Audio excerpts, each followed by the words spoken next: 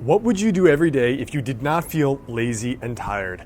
I know sometimes it feels like that's something you ask yourself every day. Definitely something I ask myself on a lot of days, especially when it's 110 degrees out here in Taipei. Now in today's video, guys, I want to share with you 7 a little bit less common and less obvious ways to feel less lazy and less tired and get a lot more done, all right? I'm not going to go into the obvious stuff like sleep more and improve your diet. I'm going to go into little tactics that I use that are not the obvious 10 tips.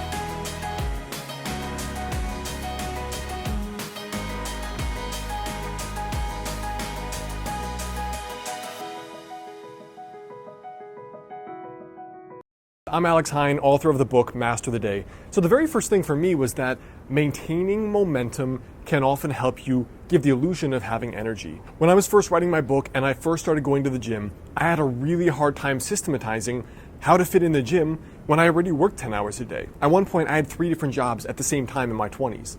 I had a really hard time doing that because of the lack of energy. What I found was that if I didn't go home and instead I linked all these individual events together, so for working out, I would just go from work, have all my stuff with me every day, and I would go directly to the gym. The same thing I did to work on my book. I would go directly from work to my favorite cafe, and I wouldn't go home until 10 o'clock at night. So the first thing is that if you feel lazy, you're not getting the stuff done you need to get done, try, instead of going home, linking all those habits together at different locations and different events rather than going back home. The second habit is called staying in your zone of genius. A few years back, I read this book that had a pretty big impact on my life, the way I live and especially the way I work, and it's called The Big Leap. And it's by I believe he's a psychiatrist or psychologist called Gay Hendricks.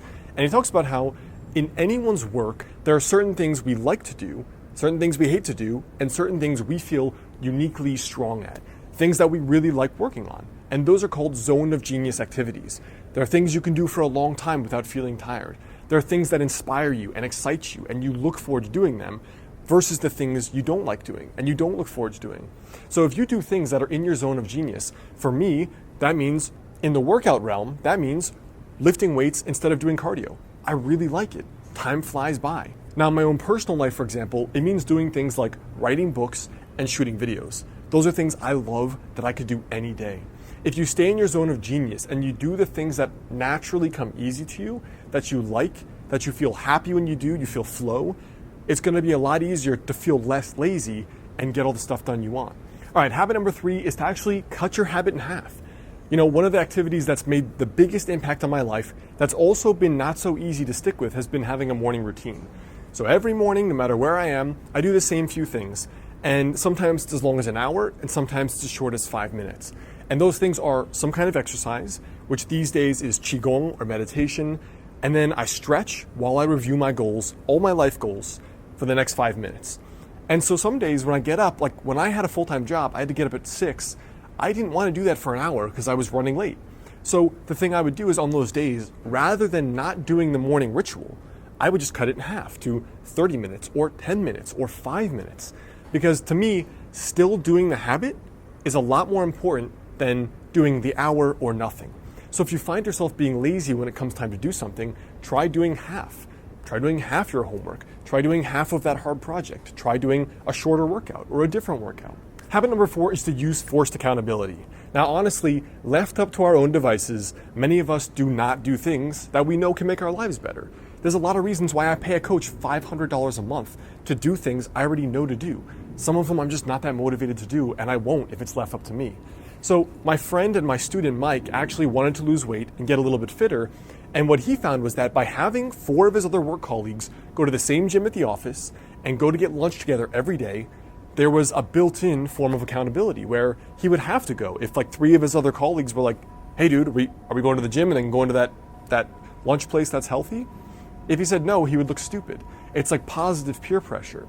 So if you find yourself feeling lazy about engaging in something, try using a forced version of accountability, which could be like this, like my friend and my student Mike, who has a group of people that want to help him succeed and hold him accountable, or it could be paying somebody like 50 or $100 a month, or making a bet with your friend. Some kind of consequence for you not doing the habit has to be there, especially if it's a habit you're procrastinating on. Habit number 5 is to pay up. Building off of Mike's story, there were 2 habits I've been working on in the past year. One is embarrassing, one is not so embarrassing. The first one is drinking less coffee. I only have coffee a few times a week, but I've had a lot of stomach problems in my life, and coffee really irritates it. Having said that, it's been really tough to quit. And what I ended up doing was making a bet with a friend where anytime I had a coffee, I had to send her $20 via Venmo. So you better believe anytime I sent her $60 in one day, the first day that happened, I was pissed off. And I was like, you know what? I'm not gonna make that mistake again. That was a lot of money. That was my spending money for like 2 weeks.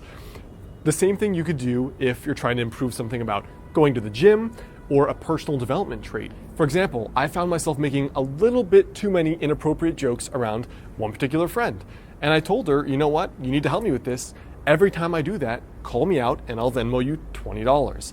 And you better believe after a week I'd improved quite a lot and my stupid jokes had stopped. So whatever it is you're trying to do, if you come up with an informal bet with a friend and Venmo them money, worked for me like a charm.